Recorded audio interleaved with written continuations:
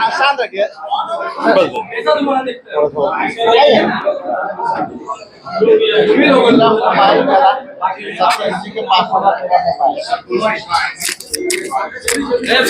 कुछ बोलना है क्या? बुला रहे कि नहीं का? राठौर जी, हम तो एजेंसी का माइक नहीं रख दीजिए, ऑडियो नहीं है। ये वाला, नहीं सर, ये नहीं, ये वाला, हाँ? इनके सामने ये नीचे दबा करके, मेरा वाला सीधा करके रखे, पीटीआई भी है ना, हम बोल आपने नहीं रखी। अच्छा हाँ, झगड़ा नहीं करें। नमस्कार मित्रों, इस विशेष प्रेस वार्ता में स्वागत है आपका। इस विशेष प्रेस वार्ता में हमारे साथ हमारे नव नियुक्त प्रदेश अध्यक्ष राजेश कुमार जी हैं, हमारे सीएलपी डॉक्टर शकील खां जी हैं, सीएलपी काउंसिल मदन मोहन झा जी हैं, और लगातार आपसे क्षेत्र से लेकर पटना तक मिलते रहते हैं हमारे नेता और सचिव प्रभारी बिहार के आदरणीय सुशील पासी जी। हम बिना आपका वक्त लिए अपने प्रदेश अध्यक्ष राजेश कुमार जी से आग्रह करते हैं कि सीधा आपसे संवाद करें।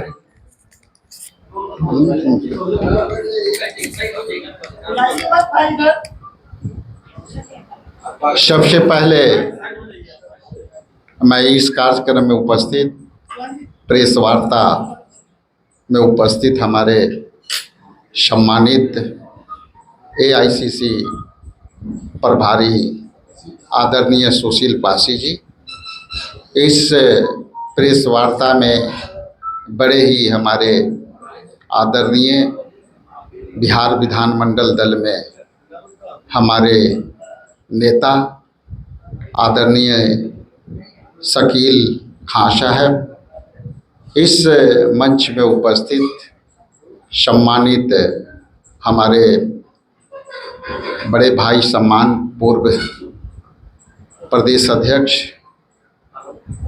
मदन मोहन झा जी, और हमारे प्रवक्ता राजेश राठौर जी। सर्वप्रथम तो आप सबको मैं स्वागत करता हूं कि आप लोग हमेशा लोकतंत्र के चौथे खंभे के नेतृत्व करता है और हम जनता के हित के लेकर के लोकतांत्रिक पार्टी है। हमारे व आपके बीच का जनता के प्रति दायित्व तो बड़ी है, तो मैं धन्यवाद देता हूं कि आप लोग हमेशा सजगता से जनता की आवाज़ उठाते रहते हैं और बीच बीच में हम लोगों को भी, विपक्ष को भी जो है आईना दिखाते रहते हैं, उसके लिए मैं स्वागत करता हूं। आप जैसा कि जानते हैं, मैं लंबी ताकीर में नहीं जाऊंगा, लेकिन कुछ संक्षिप्त में मैं बातें रखता हूं। जिस तरह से संविधान के मूल्यों जो बाबा साहेब भीमराव अंबेडकर ने दिया था, उसमें सबसे बड़ा मूल्य था धर्मनिरपेक्षता। आज हमारी धर्मनिरपेक्षता खतरे में है। उसका जीता जाता उदाहरण वक्फ बोर्ड के निरंकुश तरीके से इसको दंत विहीन करना, अधिकार विहीन करना। इसलिए हम इस वक्फ बोर्ड बिल को अखिल भारतीय कांग्रेस कमेटी और बिहार प्रदेश कांग्रेस कमेटी घोर निंदा करती है। इसके हम घोर विरोध करते हैं कि धर्मनिरपेक्षता को खत्म करने के लिए पहला प्रहार आपने जो है वक्फ बोर्ड को अधिकार को ख़त्म किया। दूसरी तरफ वक्फ बोर्ड के जो नियमावली है वो नियमावली में एक तरफा परिवर्तन करना, बिना वक्फ बोर्ड के उससे संबंधित जो सदस्य थे बिना उनके विमर्श के करना, ये मोदी जी के सरकार का निरंकुशता का प्रमाण है, धर्मनिरपेक्षता का ख़त्म करने का प्रमाण है।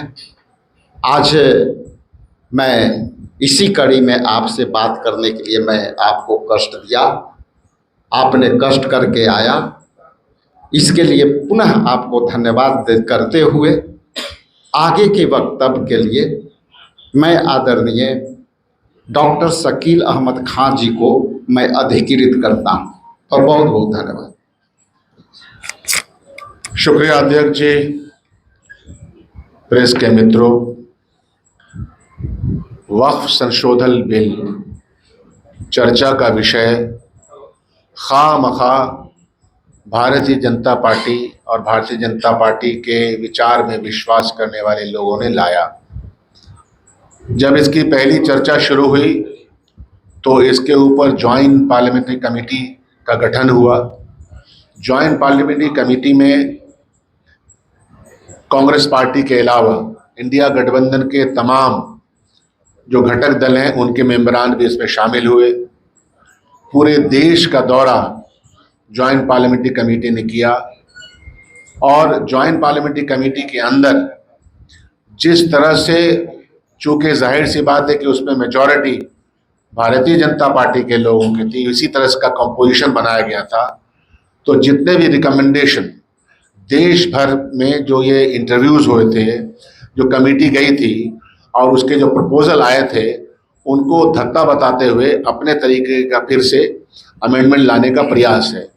हम ये जानते हैं और कांग्रेस पार्टी इस बात को अच्छी तरह समझती है कि भारतीय जनता पार्टी के निशाने पर इस देश की संप्रभुता, इस देश का सामाजिक न्याय, इस देश की धर्मनिरपेक्षता जो कि निहित है हमारे संविधान में, उसको वो ख़त्म करना चाहती है या उसको कमज़ोर करना चाहती है। ये तो भला है इस देश की जनता का कि इस बार ही जो चुनाव संपन्न हुए लोकसभा के, तो ये वो कर नहीं पाए जो इनकी मंशा थी। 400 पार के नारा के पीछे इनकी मंशा यही थी कि संविधान को किसी तरह से बदल दिया जाए और संविधान में जो प्रोटेक्शन दिए हुए हैं, चाहे वो अल्पसंख्यक समुदाय के हों, चाहे वो दलित समुदाय के हों, चाहे अन्य समुदाय को हों, चाहे महिलाओं को हों, चाहे ट्राइबल्स को हों, उनके दिए हुए प्रोटेक्शन को ख़त्म करके एक ऐसी व्यवस्था कायम की जाए जहां सिर्फ और सिर्फ इनका ही राज हो, अधिनायकवाद का राज हो। तो चलिए, इस देश की जनता ने कम से कम इनको यहाँ तक तो लाया कि ये वो कर नहीं पाए। वक्फ बिल के सहारे, पहले तो वक्फ को हमको समझना चाहिए। वक्फ एक उर्दू लफ्ज़ है, इसका हिंदी लफ्ज़ है दान। हमारे पूर्वजों ने, किसी भी समुदाय के वो हों, उन्होंने बहुत सारे दान की भूमि दी है। दान की भूमि के ट्रस्ट बने हैं, मंदिरों के ट्रस्ट बने हैं, गिरजाघरों के ट्रस्ट बने हैं, मस्जिदों के ट्रस्ट बने हैं, कब्रगाहों के ट्रस्ट बने हैं, गौशाला ट्रस्ट में चलता है।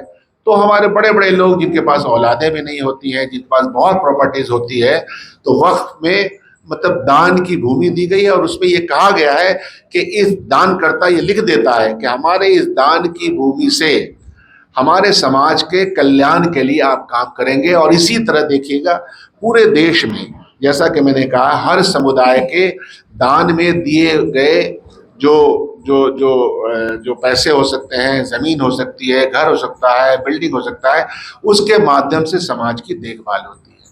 अगर आप देखिएगा, बहुत सारे टेम्पल्स हैं, हमारे यहाँ टेम्पल्स है, उसके दान के माध्यम से हॉस्पिटल चल रहे हैं, ये बहुत अच्छी चीज़ है। तो दान के माध्यम से दिए गए इन पैसों का और इस प्रोटेक्शन को, इस पूंजी का इस्तेमाल उसी कम्युनिटी के लोग करते हैं। और इसके लिए सरकार ने भी पार्लियामेंट में बहुत पहले बिल ला रखा है।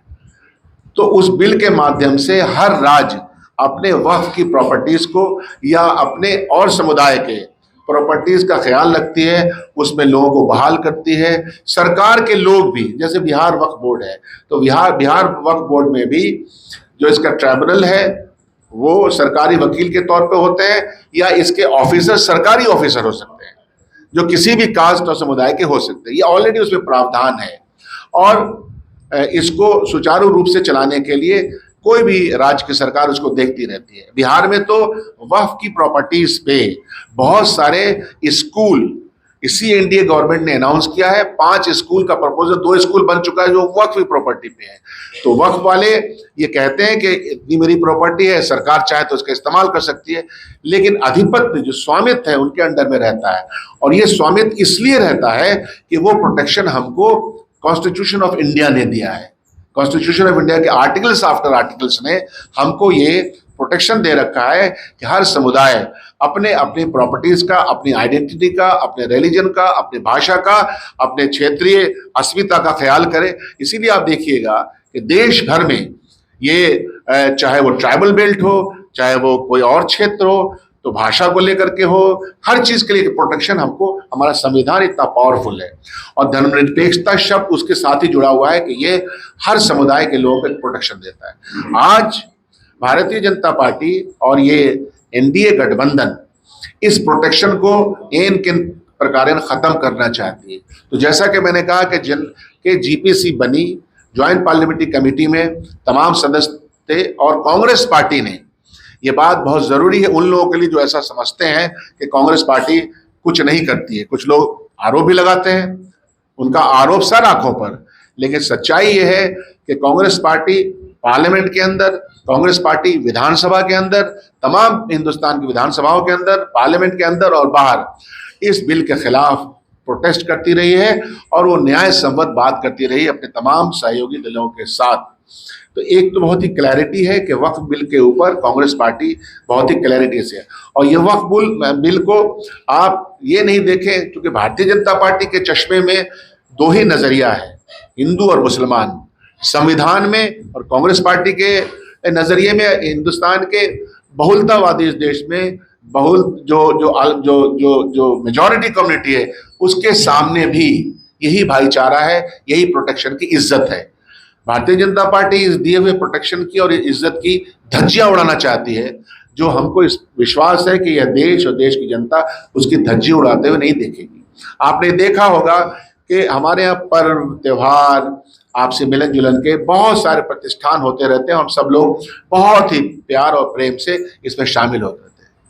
कल हमने देखा कि बिहार के एक मंत्री हैं, आजकल भारतीय जनता पार्टी के मंत्री, अफसर मंत्री को देखता हूं कि कोई ऐसा बयान दे दो कि वो चर्चा का विषय बन जाए। तो जाहिलों की एक फौज है, टॉप टू बॉटम डिग्री छुपाने वाले लोगों की एक फौज है। तो वो फौज न तो देश का इतिहास समझती है, न तो देश की सामाजिकता समझती है, न तो देश की सामाजिक जो समरसता है, जो वसुधैव कुटुंबकम की परिकल्पना है उसको समझती है, तो वो बयान देते रहते हैं। इसलिए इस प्रेस कॉन्फ्रेंस के माध्यम से हम तमाम लोग, हमारे मदन मोहन झा जी हमारे पूर्व अध्यक्ष भी हैं, हमारे सीएलपी लीडर हैं, हमारे अध्यक्ष जी को आपने सुना, पासी जी हैं जो घूम करके बिहार में जो दायित्व इनको मिला है हैसियत सेक्रेटरी के, वो अपना काम कर रहे हैं, राठौड़ जी के साथ आपका संबंध है। तो वक्फ अमेंडमेंट बिल को हम पुरजोर तरीके से जिस रूप में पार्लियामेंट में लाने का प्रयास हो रहा है उसकी हम मुखालफत करते हैं, सड़क पे करते हैं, बाहर करते हैं, पार्लियामेंट के अंदर करते हैं। दूसरी बात यह भी है कि वक्फ के मामले में लगता है कि लोगों को बहस नहीं, कोई भी प्रॉपर्टी वक्फ नहीं हो सकती। वक्फ किया हुआ, जो दान किया हुआ प्रॉपर्टी है वही वक्फ में आता है। आज भी मैं अपनी प्रॉपर्टी को, आप अपनी प्रॉपर्टी को दान करना चाहें तो कौन रोक सकता है? और दान करता ये लिख सकता है कि हमारे इस दान किए हुए प्रॉपर्टी का इस्तेमाल इन कामों में होगा।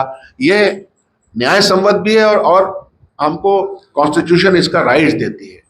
तो आप कॉन्स्टिट्यूशन राइट को स्टाइफल करना चाहते हैं, गला घोटना चाहते हैं, जो लोग भी विश्वास करते हैं सामाजिक एकता और सामाजिक न्याय में, वो इसको मानेंगे नहीं। तो इसीलिए और एक प्रश्न है जो बिहार की सो कॉल्ड एनडीए है, एनडीए में 3 घटक दल रोजा इफ्तार का दावत कर सकते हैं, जरूर करें, वो उनका व्यक्तिगत है, मैं उसके पक्ष में रहता, जो रोज रफ्तार करें, कोई दिक्कत नहीं है।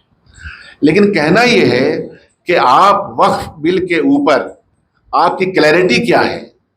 आप सपोर्ट कर रहे हैं भाजपा के सरकार को, तो हम जानते हैं कि आपका स्पष्ट रुख है, लेकिन आप एम्बिग्यूटी में क्यों बात करते हैं? कल मैं देख रहा था बिहार के एक मंत्री जी का बयान, एम्बिग्यूटी में बात मत कीजिए। वक्फ अमेंडमेंट बिल पार्लियामेंट में यस और नो में बात होती है। तो जनता दल यू, चिराग पासवान जी की पार्टी, मांझी जी की पार्टी, इन तीनों को सफाई से बोल देना चाहिए। हम ये समझते हैं कि वो भारतीय जनता पार्टी के साथ मिल गए हैं, और जब भाजपा के साथ मिल जाते हैं तो वो और ज्यादा मजबूती से उनको लगता है कि भाजपा का सपोर्ट करना पड़ता है, कुछ पद वगैरह की भी जरूरत पड़ती है शायद। तो इसलिए या तो ये स्पष्ट करें और नो तो नो बोलें, इसमें क्या दिक्कत है? आप गए हैं भाजपा के आइडियोलॉजी के साथ, आप गोडसेवादियों के साथ गए हैं। हम बापूवादी लोग हैं, हम बापू के सम्मान में जीते और मरते हैं, वो गोडसे के सम्मान में जीते और मरते हैं, उसका प्रचार करते हैं, ये तो सर्वविदित है। तो इसलिए गोडसेवादी लोग गोडसेवादी के साथ रहें, सलामत। हम बापू के अनुयायी हैं, कांग्रेस पार्टी, हम उनके साथ रहना चाहते हैं और देश की जनता उनके साथ रहना चाहती है। तो इसीलिए प्रेस वार्ता है कि वक्फ बिल कांग्रेस पार्टी जिस रूप में भारतीय जनता पार्टी और एनडीए लाना चाहती है, उस रूप में हम इसको बिल्कुल नहीं चाहते हैं। किसी भी बिल के ऊपर कोई चर्चा हो सकती है, कोई कमी है तो उसकी बात हो सकती है, लेकिन इसमें जो प्रावधान दिए गए हैं वो कंप्लीटली एंटी कॉन्स्टिट्यूशनल है, जो नाकाबिले बर्दाश्त भी है, नाकाबिले फरामोश भी है। बहुत बहुत आपका धन्यवाद। इससे संबंधित कोई प्रश्न हो और कोई अनाउंसमेंट? शुक्रिया देते हैं। हाँ, मैं तो नाम कभी नहीं लेता। मैंने कहा टॉप टू बॉटम तक जाहिल है। हाँ, जाहिलों की फौज। तो आप लोग के सामने जब ये मैं बयान दे रहा हूं तो मैं जानता हूं कि हिंदुस्तान सुन रहा है, देश सुन रहा है। तो टॉप टू बॉटम जाहिल है तो एक बार नहीं, मैं 100 बार बोलूंगा, टॉप टू बॉटम जाहिलों की फौज को न्याय संवत काम करना आता नहीं है। और इस देश में बाबा साहब भीमराव अंबेडकर के दिए हुए जो व्यवस्था बनाई गई कॉन्स्टिट्यूशन के थ्रू, उसके गला के घोंटने का काम हर रोज किया जा रहा है। सामाजिक न्याय और सामाजिक एकता को गला घोंटने का काम गोडसेवादी हर रोज कर रहे हैं, टॉप टू बॉटम।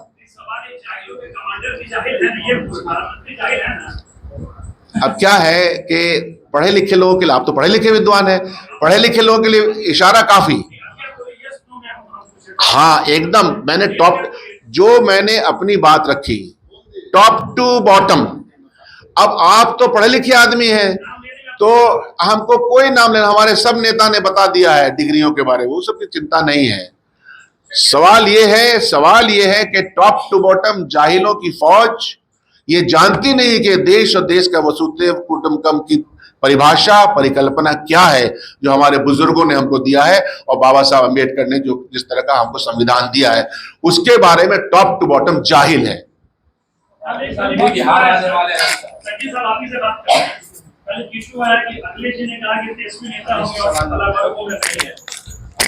आज का विषय बोले,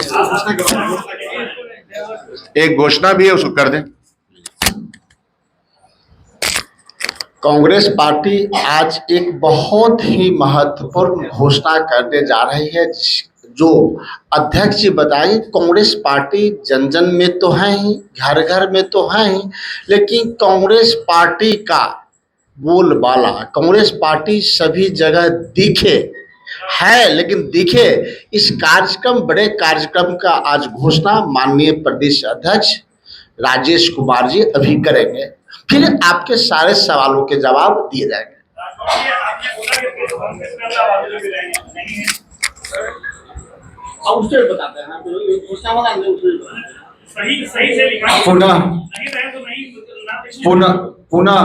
पुनः आप सबका स्वागत।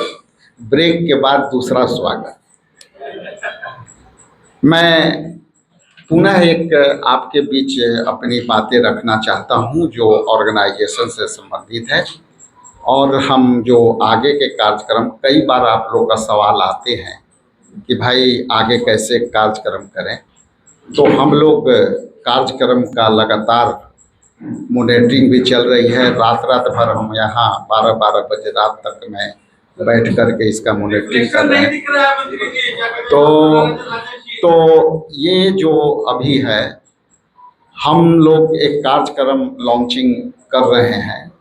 उस कार्यक्रम के नाम है कि कांग्रेस झंडा घर घर, हर घर में कांग्रेस के झंडा हो।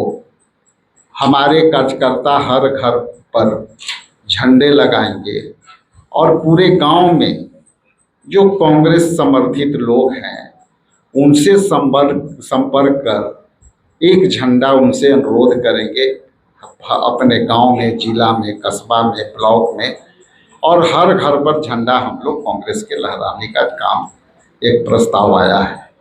दूसरा है कि हर कांग्रेसी अपने गाड़ी में अपना पार्टी का झंडा लगा करके चलेंगे। तीसरा है कि हर कार्यकर्ता अपने जो भी वो उनके पास कम्युनिकेशन अपना करते हो, चाहे वो व्हीकल्स कोई भी हो, बाइक हो, मोटर हो, है वो उस पर लगाएंगे।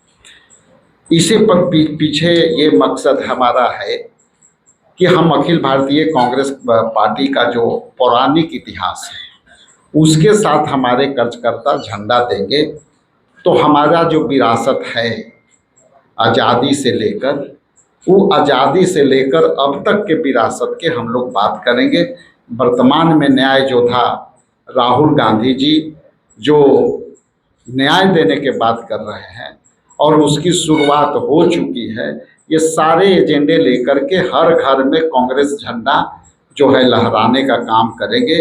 ये कार्यक्रम हम लोग जो है आज से आपके बीच जो शेयर कर रहे हैं, हम लोग इसको शुरुआत करने जा रहे हैं। बिहार में क्या कर रहे हैं? बिहार वन बाय वन करें, वन बाय वन कर रहे हैं जी। बिहार में नियम है कि पूरे देश में ये तो पूरे देश में है, लेकिन चूंकि मैं आया हूं तो मुझे काम करने, आप लोग का भी सवाल आता है कि क्या क्या कर रहे हैं, कांग्रेस चर्चे में नहीं है, संगठन में नहीं है, तो ये लगातार आपको देखने को मिलेगा और आपको हमेशा ये परेशानी झेलना पड़ेगा यहाँ आने का या हमको आने का, ये लगातार आपको मिलेगा। राहुल गांधी सर बिहार आ रहे हैं 7 तारीख को, क्या कुछ है? उसकी डिटेल्स हमारे पास अभी विवरण नहीं आई है।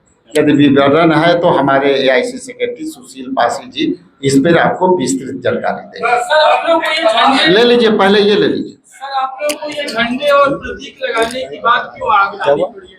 क्या कांग्रेसी लगाने से डरते हैं क्या? क्योंकि दूसरी पार्टी के जो नेता है या फिर कार्यकर्ता है, अच्छा ये बताइए, गाड़ियों में या फिर अपने घरों में झंडे लगा के रहते हैं। एक सवाल आप जवाब दे दीजिए। हम लोग राष्ट्रीय पार्टी है और दूसरा कि हम अपना झंडा क्यों नहीं लगाएं, और क्यों लगाने की आवश्यकता है? यहाँ देख लीजिए, अंदर से बाहर हमारा लोगो है, ये है, तो इस पर ही सवाल नहीं आना चाहिए। ठीक सर एक सवाल है, अब बस सुन लीजिए। अभी आपकी तरफ से एक मैं साझा करना चाहता हूं कि 7 तारीख को जन नायक राहुल गांधी जी पुनः आपके इस कृष्ण मेमोरियल हॉल में जो एक्टिविस्ट हैं उनको संबोधित करने के लिए आएंगे। नमक सत्याग्रह का आंदोलन जो महात्मा गांधी जी के द्वारा चलाया गया था, उसी को याद करने के लिए 7 अप्रैल को यानी हम कृष्ण मेमोरियल हॉल में पुनः जन नायक राहुल गांधी जी आएंगे। ये सवाल आपकी तरफ से था, इसलिए मैंने आपको उसमें साझा कर दिया है। किसी कार्यक्रम में भी शामिल होंगे राहुल जी? नहीं, हम भारत के जो संविधान है उसमें शिक्षा और संस्कृति का अधिकार दिया गया है और उसी के तहत भारतीय जनता पार्टी लगातार हमला कर रही है। हम रामनवमी भी मनाएंगे और हमें जब हम अल्पसंख्यक की बात करते हैं तो उसका मतलब है केवल मुसलमान नहीं, बुद्ध और जैन, पारसी जितने भी समाज के लोग होते हैं, हमको सबकी सुरक्षा करनी है। भारत का संविधान कहता है कि भारत में रहने वाला प्रत्येक नागरिक, हमको उसके लिए संविधान बनाया गया है। लेकिन जो इस समय भारतीय जनता पार्टी सरकार है वो लगातार हमला करती है संविधान पर हमला करने का मतलब है हमारी शिक्षा पर हमला करते हैं, हमारी संस्कृति पर हमला करते हैं। और अभी जो वक्फ बोर्ड का मामला है वो जानबूझ करके एक टारगेटेड, कभी अनुसूचित जाति के लोगों को, कभी पिछड़ी जाति के लोगों को, कभी अति पिछड़ी जाति के लोगों को, कभी आदिवासी लोगों को, कभी अल्पसंख्यक समाज के लोगों को, कभी बहुसंख्यक समाज के। इसके पीछे ये कारण है कि देश का जो खजाना है उसको लूटने की लगातार प्रक्रिया चल रही है। इसीलिए मैंने कहा ना कि 7 तारीख को राहुल जी आ रहे हैं। देखिए, मैंने पहले कहा कि सभी धर्मों को हम मानते हैं और जननायक राहुल गांधी जी जहां जहां भी आमंत्रित किए जाते हैं वहां वहां जननायक राहुल गांधी जी जाते हैं।